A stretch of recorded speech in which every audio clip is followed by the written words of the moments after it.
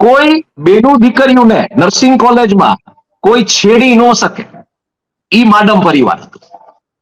અને ઈ માડમ પરિવાર ઉભું હોય ને ત્યાં, અને ખબર પડે ને કે કોઈ એવા વ્યક્તિ ત્યાં છે, સપોઝિંગ કોઈ મેડિકલ ફેટર્નિટીમાં આ બધું ચાલતું હોય, એટલે કોઈ એવા ડોક્ટર કે કોઈ છે, તો એને જાહેરમાં એની જે સરભરા કરવાની કરીને કહી દેવામાં આવે કે માપમાં રહેજો.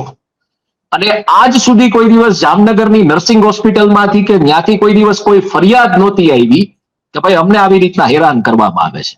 તમને જો ખબર હોય મયુર, તો વચ્ચે એક આખો કિસ્સો આવ્યો હતો જેમાં જામનગરની નર્સિંગ કોલેજના જે થર્ડ પાર્ટીના જે એમ્પ્લોઈઝ હોય એ લોકોએ કલેક્ટરને આવેદન આપવું પડ્યું હતું કે અમારી સેલેરી લેવા જાય છીએ અને અમારું શારીરિક શોષણ આ થર્ડ પાર્ટી વાળા કરે છે.